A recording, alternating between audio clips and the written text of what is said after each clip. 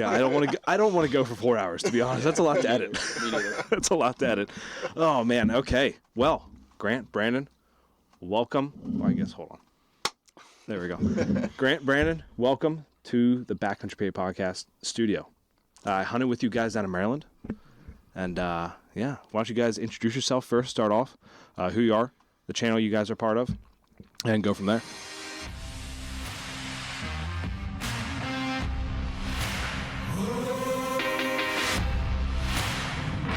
Welcome back to the Backcountry PA Podcast. Before we get into the episode, I want to drop the names of some of the brands that not only support this passion I have, but also support and believe in this podcast. First off, XOP. If you want to save some money, go use Backcountry PA 15. That gets you 15% off. Forget Genetics, local company right here.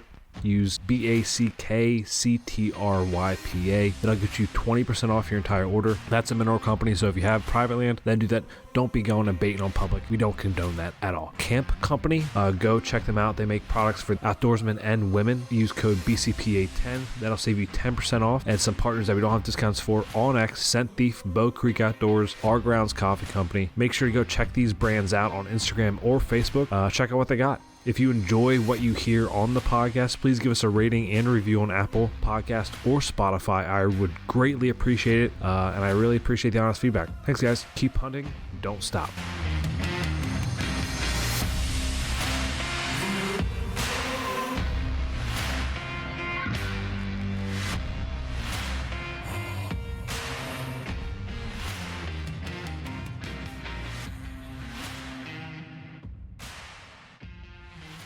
Well, first off, thanks for having us. Really happy to be here. And my name's Grant Forney. And I'm Brandon Miller. We have the YouTube channel, The Everyday Outdoorsmen, along with the other social media platforms. So we've been filming our hunts for a long time and really enjoy it. How long have you guys been filming? We have been filming for, let's see, I guess 13 or 14 years. This will be season 14. 2010. Our YouTube is when we started YouTube. Yeah. And then, well, that was when I created it, I guess. And then I guess neither of us would have filmed our hunts that first fall. I think it was the fall after that we started filming our hunts. Yeah. Like full on. I think that first year, like I carried a camera with me in the woods just to film like extra stuff that I was seeing. Like not trying to film kill shots, just kind of filming like does I wasn't going to shoot or whatever. And then I think 2011 was when we full on started filming. Did you film that year too? With a camera arm and everything? Not 2011, 2012. 2012. Yeah. Gotcha. Yeah. Wow. So yeah, it's been a while. I would have been 14 and you would have been 15. Oh, man, that's a wow. Yeah. Okay. We have some some experienced guys in the studio talk, and this is self-filming series. So you guys are third up to bat.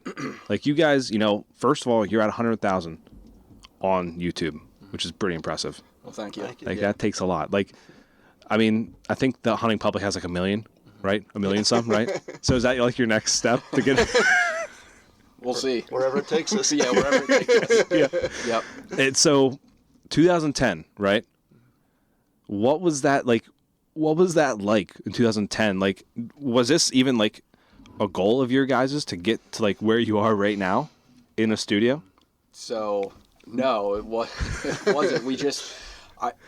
How I would describe it, like the way it started was just, I remember being a kid, like I said, like 14, and being on YouTube, like seeing some hunting videos on there. Well, I always loved to watch hunting TV shows as a kid. I think we all probably did. I did not. Okay. Well, so, yeah, not all of us. I understand why, but I definitely did. And then I kind of discovered like there's hunting videos on YouTube too. And like at that time, like I didn't even really know what YouTube was. Like I knew people put content on there, but I didn't really understand that like anybody could just like start a YouTube channel and put content on there. Yeah. And I remember the first hunting videos that I remember seeing were Leatherwood Outdoors. Yeah. And so everyone's seen him and Johnny Royer, so he's been around even longer than us. And yeah, I just remember thinking like, man, it'd be cool to do something like that, like have a platform to put our hunts on, just to like be able to go back and relive our own hunts really just for ourselves and to show like our close friends like, hey, like look at this hunt we had, you know.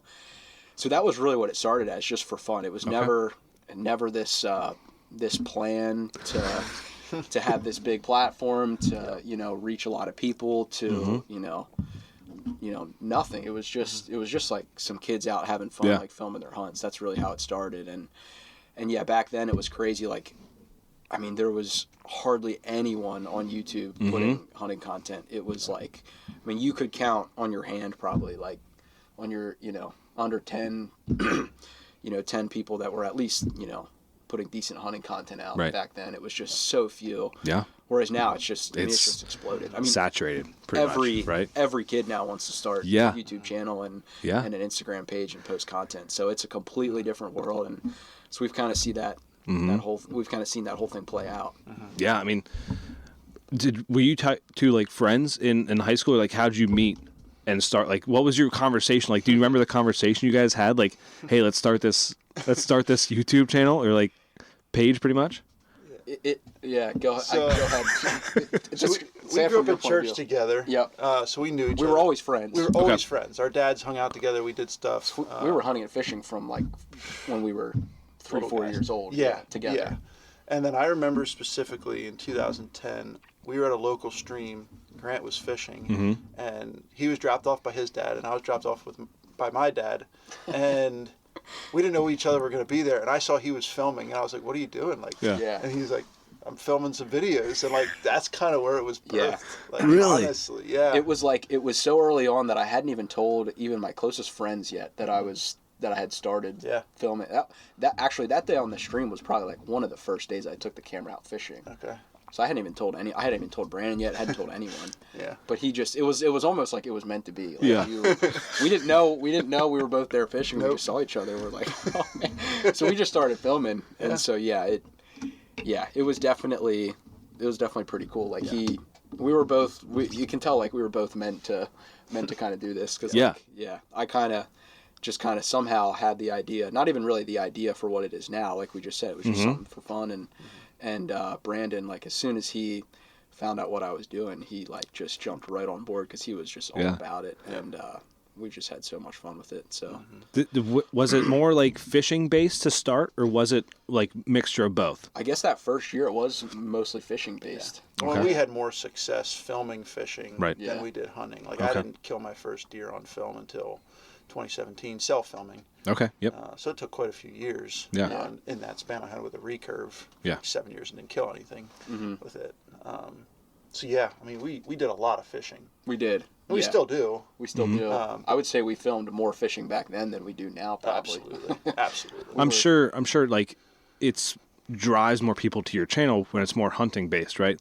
Like fishing, I feel like the one person I watch is John B on YouTube. Yeah. Like his content, like it's more cinematic, all that kind of stuff. Like it keeps you entertained. You know, fishing is one of those things that for self-filming and filming in general, it takes a lot, I'm sure, to make it like catchy for people to watch. Like you really got to stand out. Yes. You really have to stand out. For sure. So you guys started with fishing. What was that like? Like fishing wise, because I don't film fishing. Like the most I filmed fishing was like bass fishing with the GoPro on my chest. That was it. Yeah. So what was that like? I mean, you guys still do it, so it was. I guess we would really, for the most part, we probably didn't self-film much back then. We tried to go together a lot and fish after that, like just go into our local streams and like. We kind of, like, mostly what we did was trout fishing, a lot of fly fishing, some spin fishing, but usually that's what it was. We were trout fishing on a stream, so we would stand, like, pretty close together, and then when one guy hooked a fish, the other guy would, like, start filming with the camera, and we would just film each other reeling in fish is pretty much how it went. Okay. And then, we spent more time fishing back then, too. Yeah. Because we relied on our dads to take us out hunting, and it was 2, 3, 4 times a year. Yeah. Whereas we could just take an afternoon and go fishing every week. Yeah. So we were definitely fishing more. We were. Yeah. Than we are now. Yeah. Yeah. Because I mean, hunting is probably something that like you love fishing still, but hunting is more something that you're more passionate. Like fishing can be like more of a relaxing thing, right? Like hunting is more, it can be stressful, you know? So yeah, I mean, I'd never really thought about filming fishing before because it's not something I like to do. So this is more based around the hunting side of things because that's more what people like to see and like to do. Like there's people out there with a fish, obviously, and film it. But like I said, it's more, fishing is more relaxing. And I don't really I don't really go on and look for like fishing videos, you know? Yeah. It's hard to, like we talked about, it's hard to keep people entertained with fishing videos. But when you do, is it more like you guys do trout fishing, fly fishing? Do you find more draw to like the bigger fights kind of fish, like the bass, the catfish, the more deep sea saltwater? We don't do a lot of that. I mean, we do a little bit of bass fishing, smallmouth fishing. I've really I don't think I've ever gone deep sea fishing that I can think of. So that's not something I've done. So yeah, I don't know. I guess, yeah, I like bass fishing for sure. I just don't get to go quite as much as I would like to. Deer season keeps expanding. Yeah, and then so our fishing keeps shrinking. Right. That's the thing is like we find every year more and more we become more of like a 365-day year, you know, whitetail hunter. Yeah. Fishing will never go away from me. I'll always love fly fishing. And like, people always ask me like, what do you like better, fishing or hunting? And like, that's always like the age old question for me. I still am like not even ready to say that I like deer hunting more than fly fishing. I still think they're pretty equal. They're pretty close for me. It's just deer hunting takes up so much more of the year now for me versus. It's a lot more work.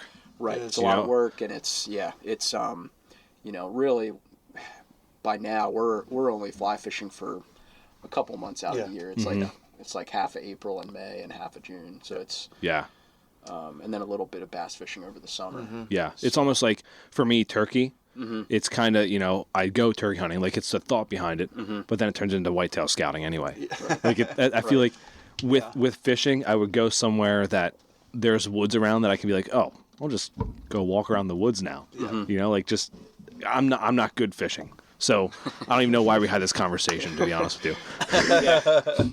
I just felt like it will attract someone to listen to this because no, we definitely do have some followers that enjoy watching our fishing for sure. There's people that enjoy watching it. Just like I feel like as we kind of progressed through the whole filming thing, we kind of learned like I don't know. I just think we were maybe a little bit more suited for making hunting content. And at least for where our focus should be. Yeah. No, I agree. Yeah. I like your guys' content with hunting stuff and you know, the big mountains, you know, we won't name states, put it that way. Yeah. Move these mics just a little closer to you guys. So let's get into the filming part now. So 2010 is when you started.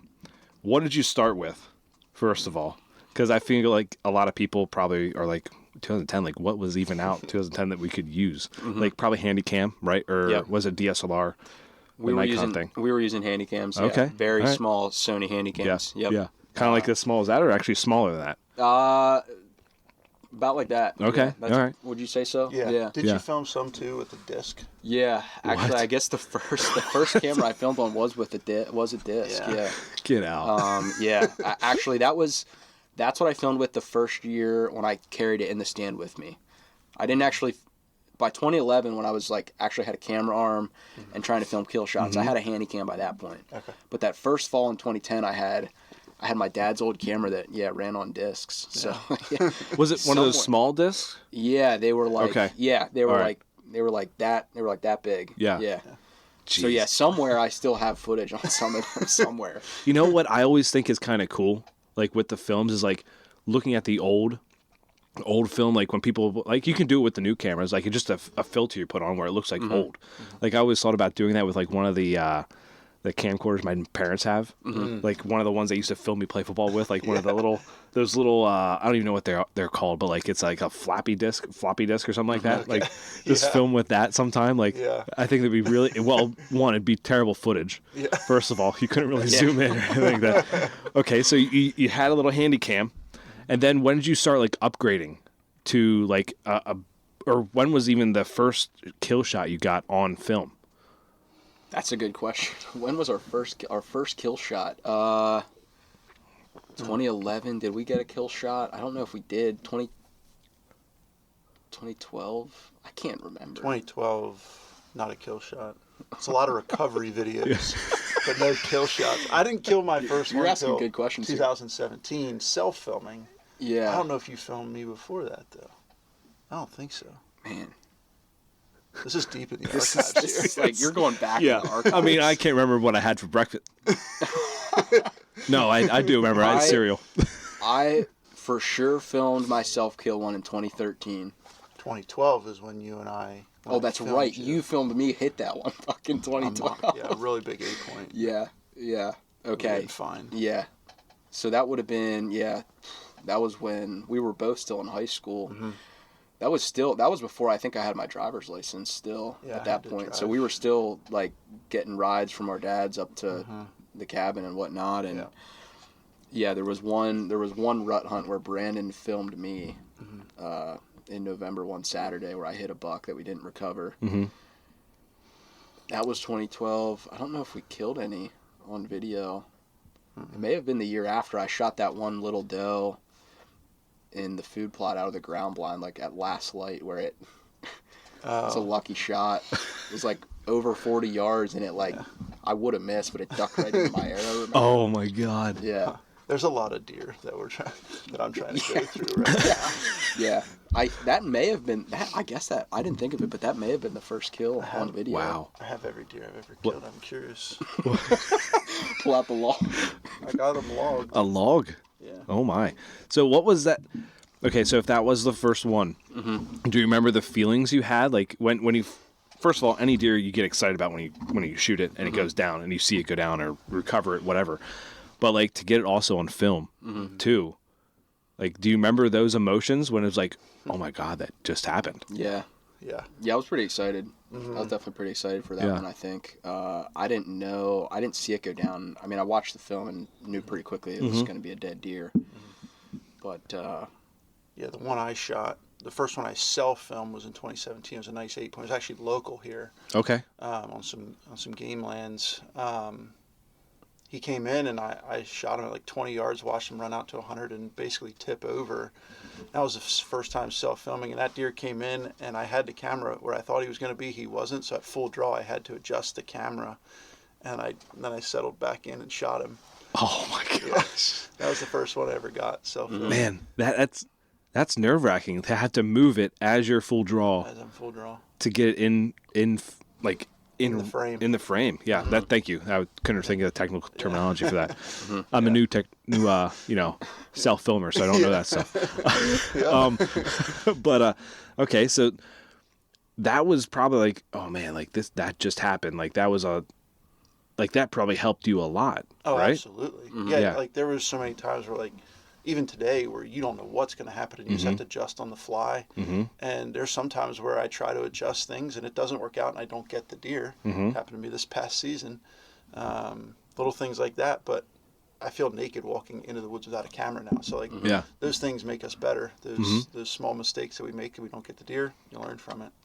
Do you feel more confident? Like you said, you feel naked walking in. So like, do you feel more confident walking in with the camera, like not only to get it on film, but to also like get something down?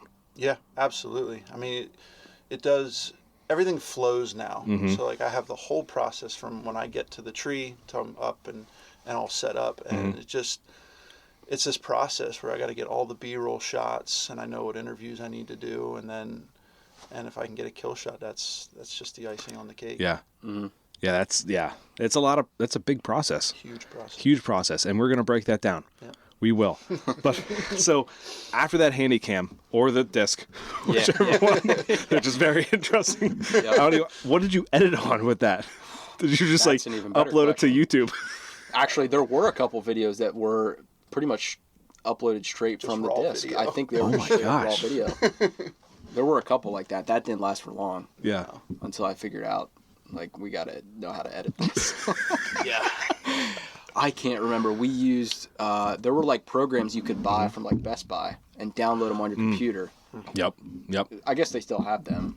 I'm sure they do. Yeah. We're using Adobe now, but Okay. yeah, for quite a while we used one of them was Sony Vegas. We Vegas. used Sony Vegas for a while. Was the one program we used. I can't remember if that was the first one. Well, you did all the editing. I did do all the first editing 10 years. for a while. Yeah. Wow. Yeah. So, but yeah, handy cams, and then the first good camera we bought after handy cams would have been our mirrorless Sony. Yep. Our Sony A6300, a mirrorless system. Is that DSLR? Or is that a it's camcorder? Technically not. It's like a DSLR. Okay. All right. That's what it'd be closest to. Okay. All right. That was we bought that in 2017. I remember that pretty clearly, and started filming with it that spring, fishing, and then I self-filmed with it some that fall. Is what I filmed with, and so we kind of went with that and our camcorders for a few years. Like it has two angles, kind of. No, I think it was we only bought one of those. So I think like I ran that mirrorless that year, and you would have ran a handy cam. For like 2 years we did that, and then I think it was that would have only been about 1 year, because then I think the year after that we bought our first good camcorder, like a much better camcorder from Sony. Yeah. Okay. And that's what we still film with. That's one of the ones we still film with now. Yep. That was 2018. Yeah, because I remember us filming with that in 2018, HXR. Yep. So then we progressed to mainly what we film our hunts with now is just better camcorders from Sony. So there was I feel like a lot of people now want to jump to the newest, most expensive camera, 4K, all that kind of stuff. Like, there's an upgrade process to this. Like, you want to make sure that it's something you want to do. You don't want to just buy the most expensive camera you can, like, just to go out there and you do it 1 year and you don't do it. So like that was a good example of a process for a lot of people, like new people get into it, like, because I've got messages like about like, hey, what camera should I get and all that kind of stuff. I'm like, first of all, you shouldn't be asking me because I don't self film, but just buy something you can afford. Yeah. That thing when I bought it was like $200. Now it's like $356 for it, and it's like the DSLR I'm not going to film with, but I bought a Face Marketplace for like $150 or something like that. Like, you got to start from the bottom and work your way up. You got to first get like used to editing films and doing that kind of stuff, and make sure I think audio is more important, right? Than the actual 4K or whatever you use, HD. Like, I think is audio the most important thing. Yeah, I mean, you could argue that. Yeah, I guess it depends. I would say it depends on what your style is in a way. I mean, I would say also of equal importance is just like how you capture the story and the hunt, the process. Absolutely. Whether it be the hunt that day or just the year-round process. I think that's probably equally as important as how good of a camera you're using. Yes. In a way. Yeah. And so, like you said, I totally agree. Like, just buy what you can afford. I mean, we couldn't tell you how many times we got that message too, like, what camera should I buy? What camera should I buy? Yeah. Yeah. And it's just such a hard question to answer, because you can literally buy something that's $50 and start filming, or you can spend however many $1,000s you want to. And you see it all the time on Facebook, like, where people are trying to sell their filming gear because they did it 1 year and hated it. Yep. So, like, why spend thousands of dollars when you don't even know if you'll like it? Right. Yeah. Start at the low end of the totem pole and just see if you enjoy it, because it's a lot of work. It is. It is. I did it. Last year, so 2023, 2024, I did it for the first part, and then the year before that, I did it for a little bit, like one trip up north is what I did it for. But this year I did it for like, I think I want to do like 10 sits, and I was like, I'm done. I'm done with this. But this year, I'm going to get more of a better like routine down of like what to carry in, better products, like, I'm not talking camera gear, I'm talking like camera arm, and a method of hanging it when I'm in there. Right. So, I mean, that's a bigger part, like having a good method when you go in is like, once you get that routine down, then it'll be easier and easier and easier. And, if muddy arm is all you can afford, then go with the muddy arm. Yep. I mean, it still works, right? It just, you might have to use the ratchet strap more than anything, but just be quiet with it and you'll be fine. Yeah. Yeah. It's cheap. You can buy for like, I think I got mine for like $50, like Bow Hunter Superstore. Okay. Like when they had the sale. No, it was 30. It was $30. Wow. Yeah. Yeah. So people can save money that way. Yeah. No, I mean, that's the biggest thing is like just know your equipment, you know, get a system down. That's the biggest thing. Like just get used to it, you know, use it before hunting season, get comfortable with it and get your system down. And another thing too, like that we don't talk about or that I don't think about enough either that you reminded me of is like, I'm kind of glad that almost that we started like as young as we did, because I think if like, it's so much work that if we tried to start now, it would be like I don't like this. Like this is so much work, but we're so used to it because we've just been doing it for so long that like it doesn't really feel like. Well, I shouldn't say it doesn't feel like work. It does feel like work, but sometimes just second nature. It's just fun. It's fun still. But, it's still fun. It's just we're so used to it. So like because we've been doing it since we were, 14 or 15, and like you said, a lot of guys will start, might start filming when they're this age and do it for a year and realize like I don't want to do this, and that's obviously that's fine. It's not for everybody, but so I like to have deep conversations on the podcast, right? Like recently I like to have these deep conversations. You talked about people getting into it and then they get out of it because, and I think it's for whatever reason they get out of it. I think it's because they see what some people have like on YouTube, like they get money from it, all that kind of stuff, and I think they think that they're just going to get in and automatically they're just going to blow up because they got a big buck down and they didn't get the whole story. So I feel like people are getting into filming for the wrong reasons, almost like they're getting into hunting for the wrong reasons too, because they want to film and they want to do all this kind of stuff. Would you agree with that? Because YouTube is very saturated now with hunting content. Yeah. Big buck down.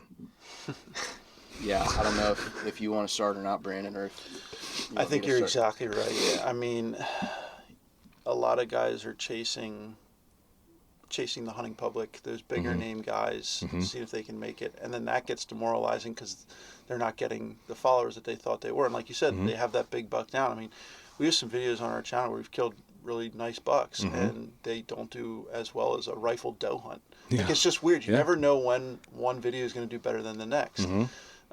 It's like we're posting content constantly just because of that. We don't know when one's going to go viral.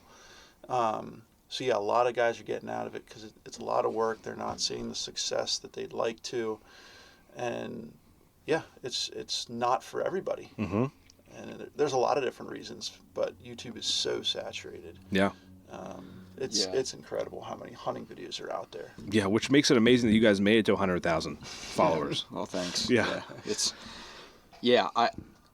would agree with what you said. I think that a lot of people now are getting into it for those reasons of,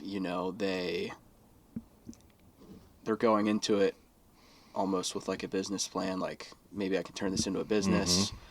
I can get famous from this. I can make money from this, or whatever the case is. And like,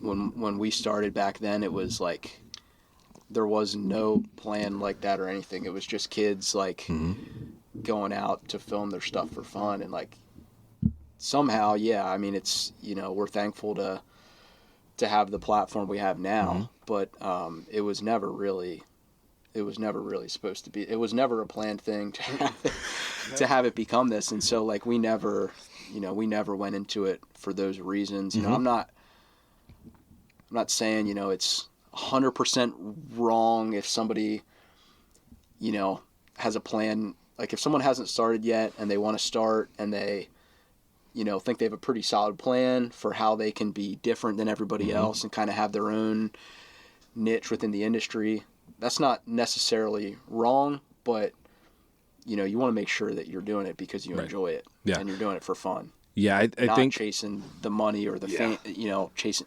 Not that anyone in the hunting industry is like making a crazy amount of money or anything, but not that you're chasing it for a little bit of money or free gear or fame. I think a lot of people are getting into it for the free gear now. It's like, or they want to be on the one thing that's been bothering me is the pro staffs, like being on pro staffs and being on there's field staff, or being part of this where you pay in and then you get like you get 10% discount.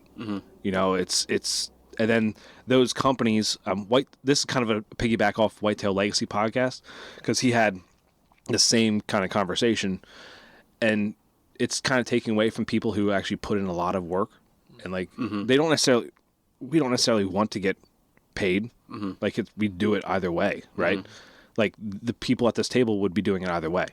Like, but there's some people out there where like they just push product for free or that 10% discount, whatever. And that's kind of ruining the true people who are getting into it. Like there's probably a kid out there doing the same thing you guys are doing, like getting into it because he's like, oh, I look up to the Everyday Outdoorsmen, you know, and he's starting it because he just loves doing it.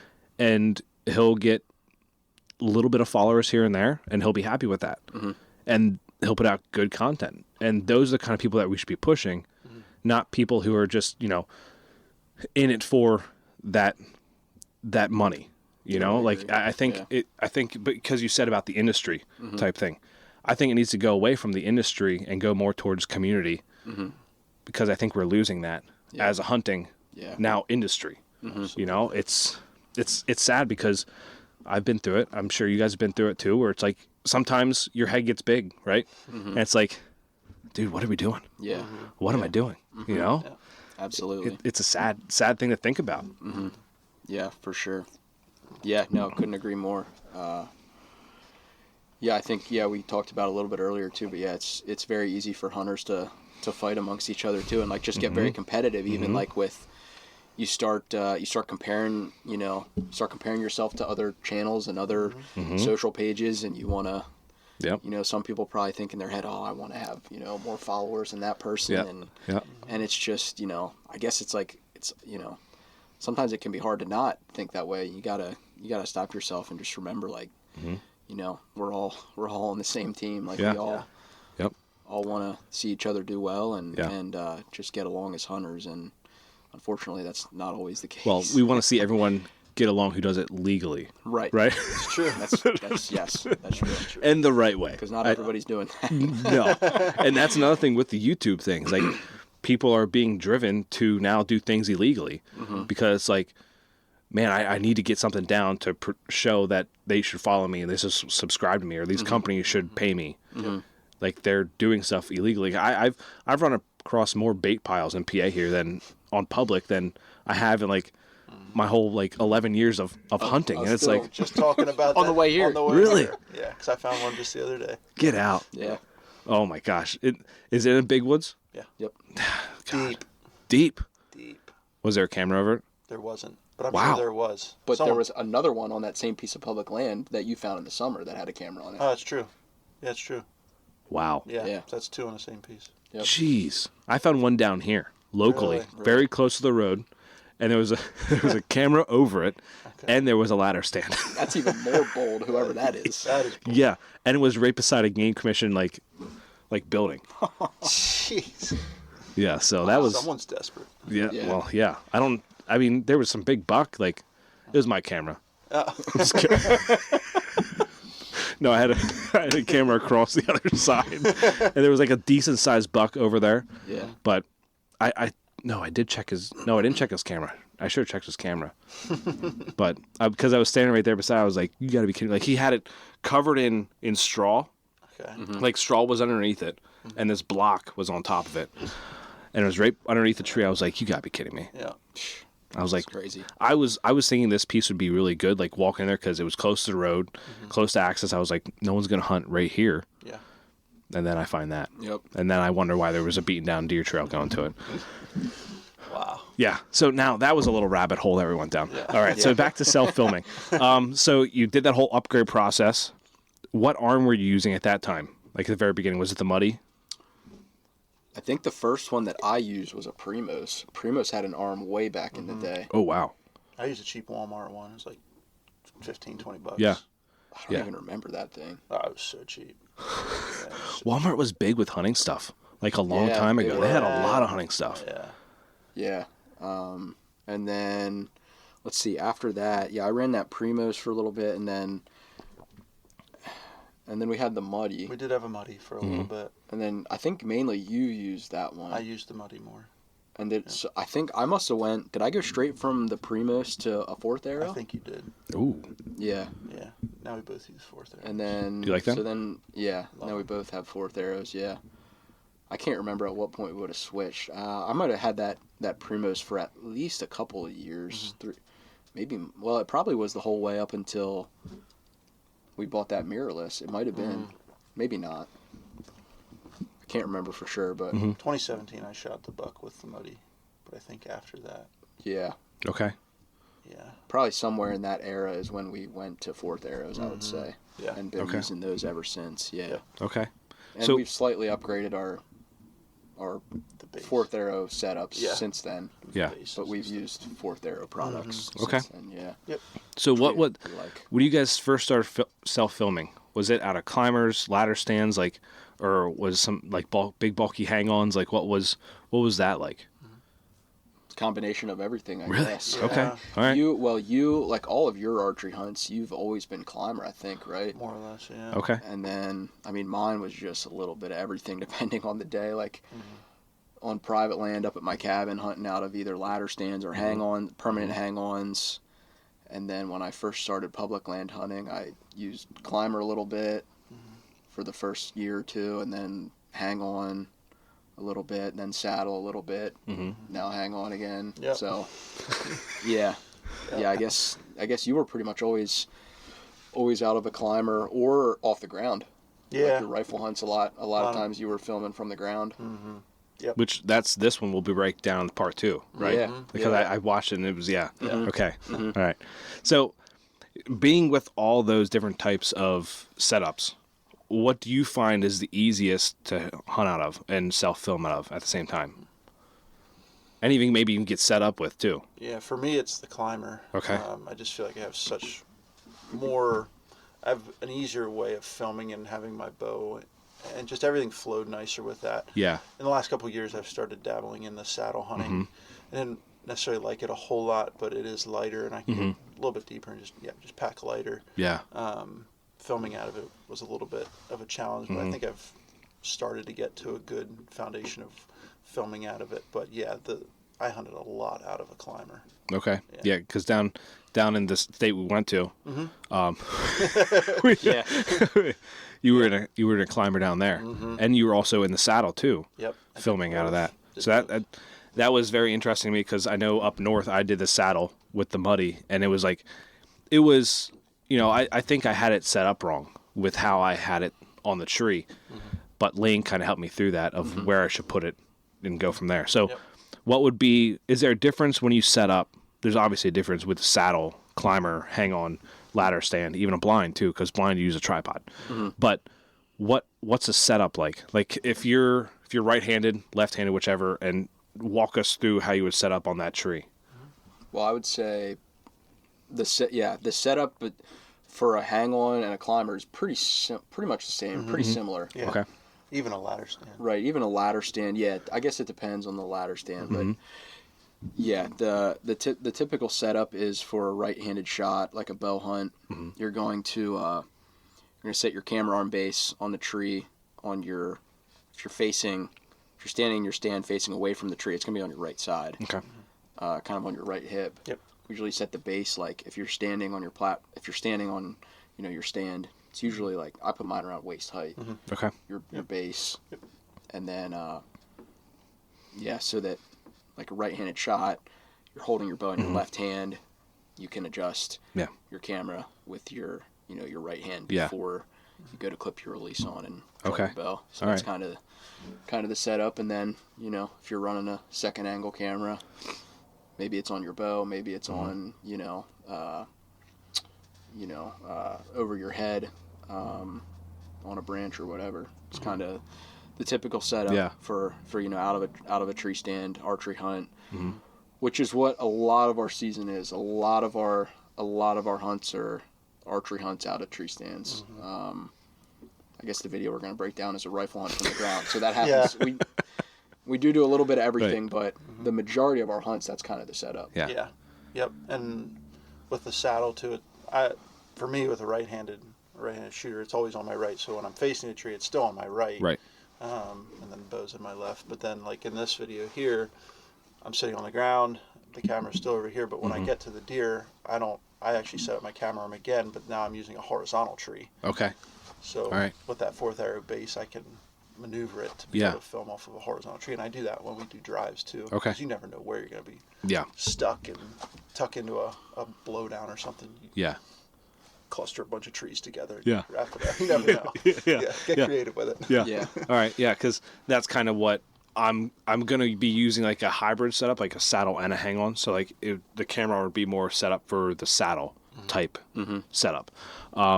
So with that second angle, would you prefer, what's your go-to? Like, do you want it on the tree, on the limb, or do you want that second angle on like the bow or the gun even?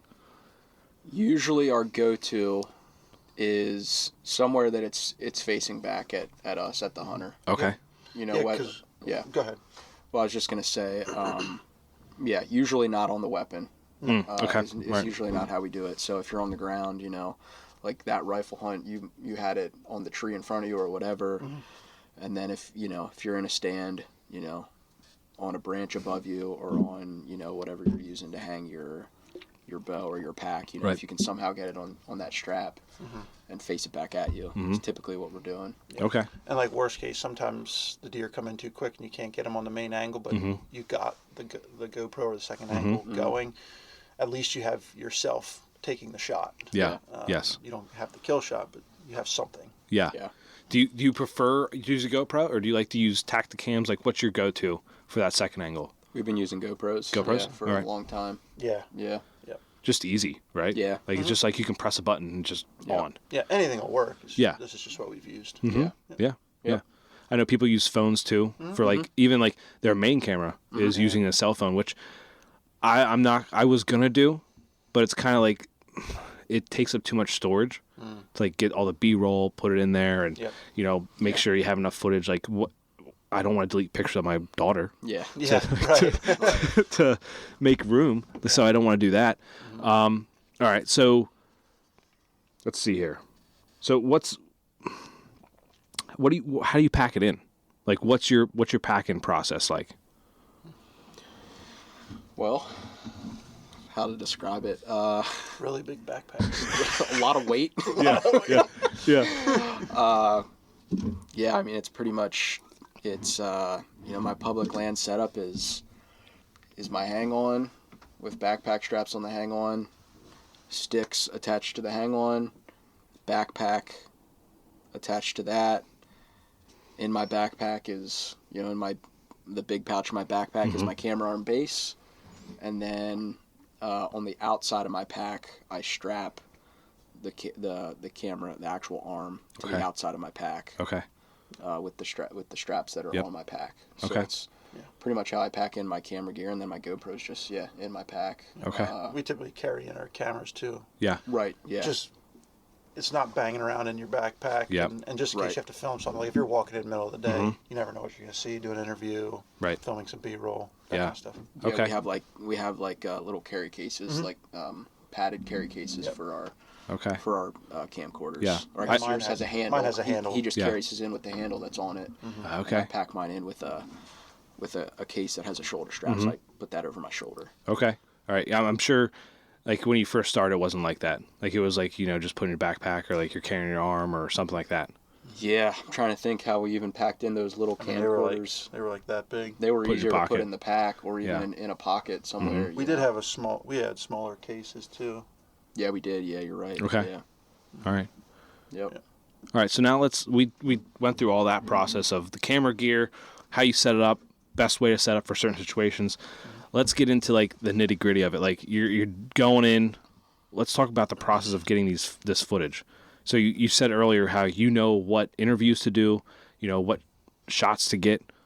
Let's break that down. I don't want to give away everything, but like for people who want to get into it for the right reason, like we talked about, let's tell them how to get into it. Like what shots should you get versus should you not get, or you don't need, kind of. You want to start with that one? Yeah. You can never have too much B-roll. Okay. You can never have too much. I mean, there are times where I'll dip into the archives to a hunt that we didn't even post because they didn't kill anything, and I'll use that B-roll. So I typically like to have a vision of what I want the end video to look like going into the hunt. So I don't film a whole lot going towards a tree. My videos mainly start when I'm up in the tree. Okay. So it often starts with an interview, but I don't like to just show myself talking for a minute or two. I want to break that up with some B-roll. So pans are always good. Slow, methodical pans I enjoy. Just it's better than just this quick whatever it is. Like you're going real fast. Right. And then really zoomed in on certain little things. You get like bark from a tree, or you change the focal point from the woods to something that's closer, or vice versa. You can never really go wrong with B-roll shots as long as your clarity is good, and you're able to slow some of them down going into a slow-mo. Yeah. So we changed some of our camera settings to be able to get higher frame rates to get some of those better shots. Okay. Yeah, like I said, you can never have too much B-roll. So I have that plan going in, and if the hunt doesn't work out, I don't get anything, and I don't want to post it, it's archived, and I can tap into it whenever I want. Okay. Yeah. All right. Yeah. Yeah. No, I mean, Brandon broke it down pretty good. That's a pretty good description of what we try to capture, and yeah, I guess adding on to that a little bit, like one way sometimes I try to think of it is like you want to try to think about how can I make the person that's watching this like feel like they're here with me, like feel like they're there, you know, like what can I film right now to really just like put them in this tree with me. You know? Okay. All right. You know, a leaf blowing in the wind, and you know the audio of the breeze, or you know the creek in the background, and you know you kind of have to have a creative mind, and just really think about what shot can I capture from this view that I have that's really going to make that person feel like they're there. I think that's one of the hardest things too, is like trying to, like, because we always say pictures won't do this justice, like trying to capture that footage to do it justice, right? Yeah. To get them hooked. You kind of just have to do the best you can, because it's never doing it, you know, full justice, but you know, you can do the best you can and try to you know, have them feel like they're in the woods with you. So yeah, that's what we try to do, you know, try to make it as entertaining as we can, and you know, just fun for people to watch. Yeah. Well, you guys do it. Where was I going to go with that? I literally just had something that I just interrupted myself, kind of. I interrupted my train of thought on that one. Okay, so what shots would you not recommend? Like, that you've seen other YouTubers do, or other filmmakers, I should say, do, that you're like, I would never put that in. It's a lot of angle based for me. Like, Angle pet based? peeve of mine is like doing an interview at these weird angles, like filming from down here, you're filming from way up here, you're only looking at the LCD screen, so your eyes are like off to the side. Little things like that, like be focused. It's tough. It's very tough, because you want to make sure you're centered. But worst case, you can zoom out a little bit, and then in your editing software, just zoom in just slightly. Or if you're off center, you can recenter yourself. Yeah, little stuff like that. For us, we've had problems with people figuring out where we are, so don't show ridge lines, don't show parking lots, that kind of stuff. Okay, all right. Yeah. And to add on to that, like any moving shot, like you mentioned earlier, any pan that you're doing, any shot where you're showing, where you're, you know, have any kind of movement going on, just smooth, like as smooth as you can get, you know. And there's stuff you can do, like if there's like a little bounce or something, there's things that you can do in the editing software to stabilize it. Okay. You can play around with all that stuff too. But no, there's definitely things that will draw me away from a video. If I'm watching someone else's video, and it's like, I don't really want to watch this because this shot is terrible, or it's blurry, or I like when other people post their ridge lines though, because I can try and figure out where they are. Oh, that's nowhere close to mine, so I don't have to worry. Or wait, that's a nice buck. I should go check out that ridge line. No, we don't.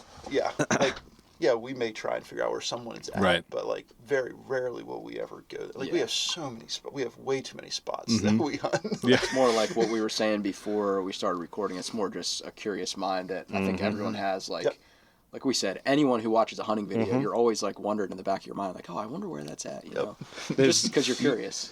Like, you guys wouldn't know how many times I texted Lane and was like, "Hey, are you on this Game Lands?" Like after watching the video, I was like, "You over here?" He's like, "Nah, I stay away from there." Yeah. Like, okay, well, that's good. At least I know you're not there. But yeah, I mean, it's just a curious mind, you know. When you see something, it's like, man, that buck looks like one I have on camera. Oh, yeah. So I want to know if that's one that I should stop chasing after right now. Yeah. So with the looking at the LCD screen, would you recommend like not having it like that, having it like facing away from you then? Like so you actually just look at the actual camera then? If that's something you struggle with, maybe. Yeah. Okay. I still like to have it there so at first I can check it to make sure the clarity is good and I'm actually in the frame. Yeah. And I'm not perfect at it. Yeah. But like, I still struggle with that too, for sure. so like, Yeah, it's hard. yeah, it is. It Yeah. is because you want to look to make sure you are still Yeah. there. Like, Yeah, you're yeah. not like filming behind you or something. Yeah. But no, it can be difficult. I just like to have it there. I mean, if you're struggling with it, yeah, you can put it back so you can't see it.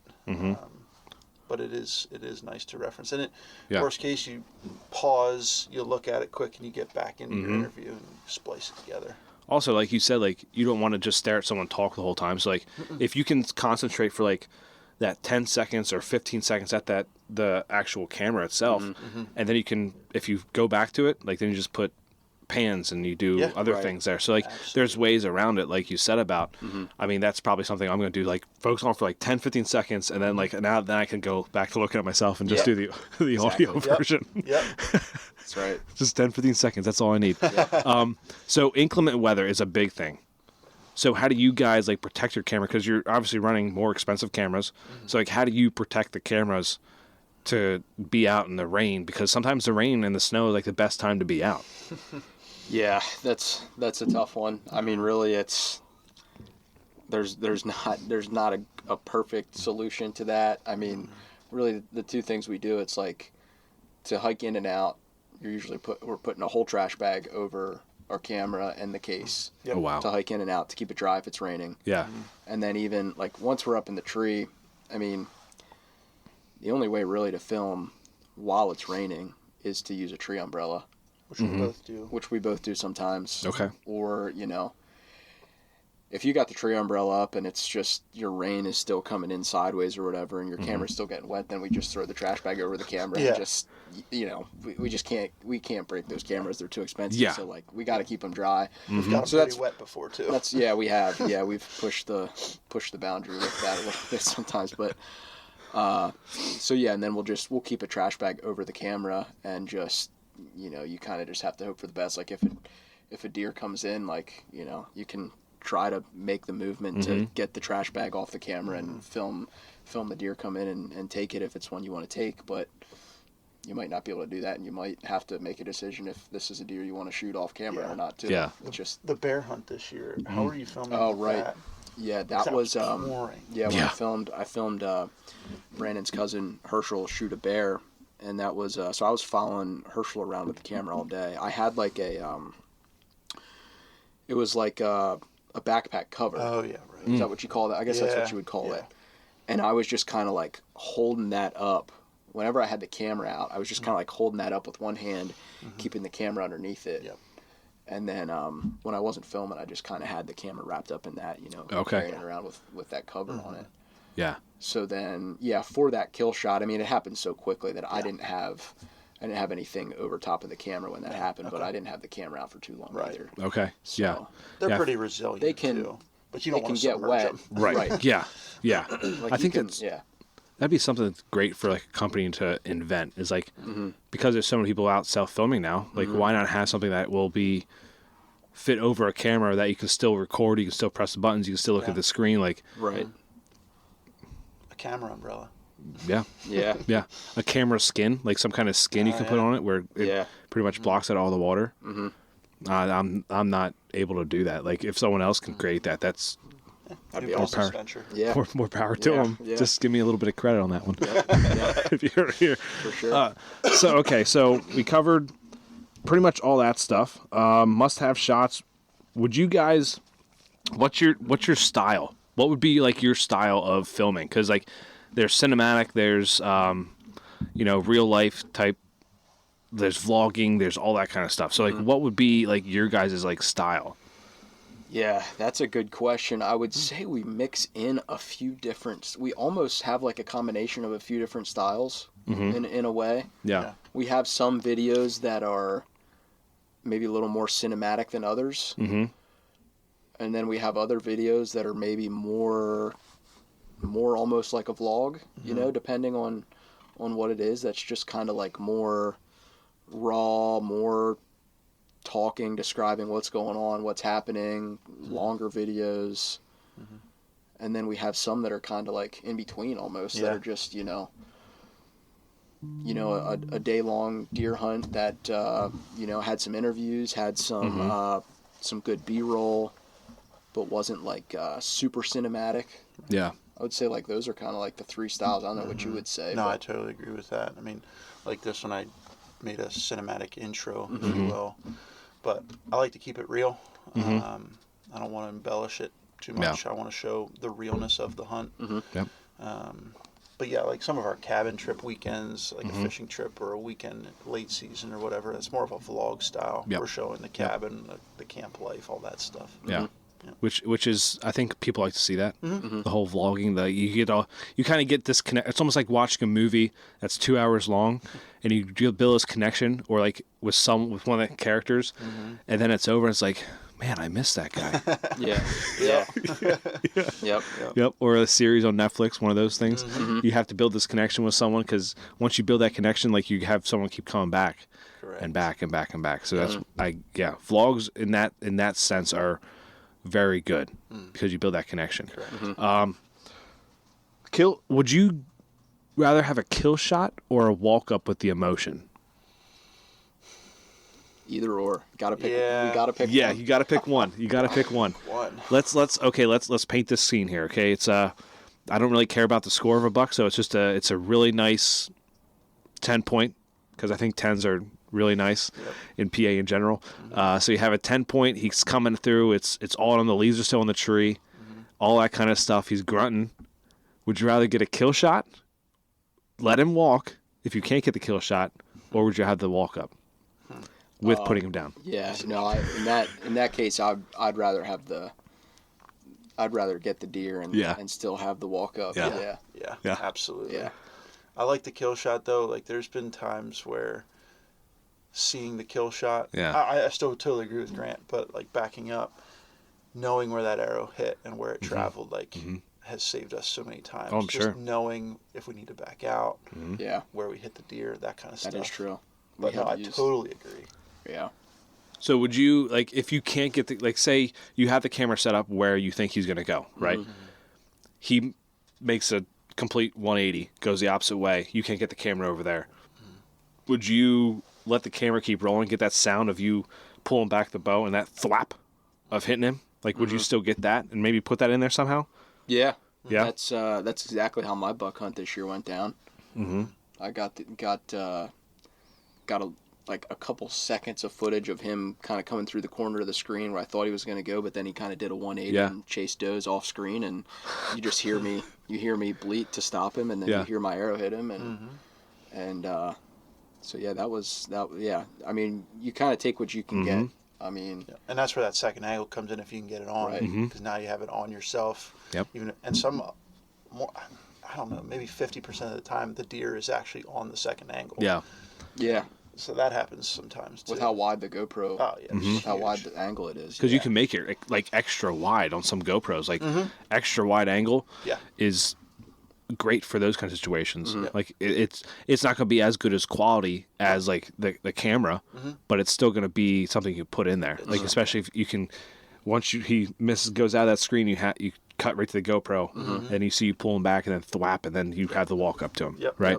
Like that's ideal. Would you let I want to give another scenario here. Okay, so now we're going to go score here. All right. Oh, this is going to be a tough one. 200-inch buck. No, I think anyone would let the camera go if a 200-inch buck comes in front. Let's make it more reasonable here for PA. I mean, there's still 200 inches in PA here. Let's do a 135 comes out. Would you let him walk Well, no, because you're not going to let him walk. If you can't get him on film and it's what a perfect shot, all that kind of stuff, would you let him walk? Or if you can't get it on film? Okay. He's getting shot. All right. I like you guys. Yeah, I mean, I know people who would let him, like, if they can't, like, it bothers me so much. Like, you're passing up a deer. It's not all about the film. Right. Yeah. Like, Right. we're still hunters. we're still hunters at heart. Yeah. Yep. We want to kill. I think that's one thing. Like, a lot of people, like, getting into it, they have to get that mindset. Like, you don't always have to get the kill on film. Like, to build a story, you don't always have to get the kill on film. If you get everything else, like the B-roll, all that kind of stuff, like, even if it's a miss, you can still put it out there, right? Like, but I think, you know, with that, you don't always have to follow the big wigs and, like, let a deer walk because you can't get it on film. Like, the hunting public does that. Like, they'll let a deer walk because they can't get it on film, but yet also, that's their life, right? Like, they film for a living. Yeah. Correct. So they can do that. Sure. Right. So- it's a little different for them. Yes. You know, Yeah. if you're in that scenario. Yeah. Yeah. What would be the biggest tip to listeners, whether if they're just getting into it for self-filming or, you know, someone who's like, man, I've been self-filming for this long, like I haven't really seen any growth in myself personally or even with the YouTube channel. Like, what would be the biggest tips for that? Well, it's a good question. I would say so basic, but like keep it fun. Yeah, that's what you got to do is have a style that's fun for you, you know, a way of doing things that's fun for you. And then, yeah, be yourself. Don't try to like mimic anyone else. Cause you gotta have your own style. Yeah. And then as far as growing, the biggest tip is like, I guess in a way, like think of how you can make small changes. Don't go away from who you are. Cause that's like what I just said. Stay, you know, be yourself, but like think of maybe ways you could, tweak your content or make it better, but still be yourself. Yeah.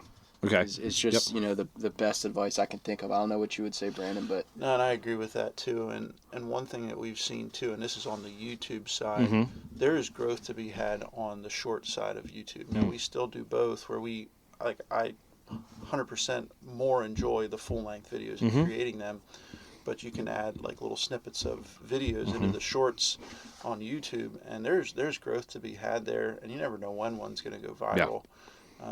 So yeah, there's definite growth opportunities in both. I just enjoy the full length videos, but we've grown from both. Yeah. Like the one you guys posted when you what was a 140-inch buck that you weren't able to get a shot at. From this Oh, past yeah. season. Yeah, you posted the short before I think you posted the video, and I was like, "Wait, what happens here? yeah.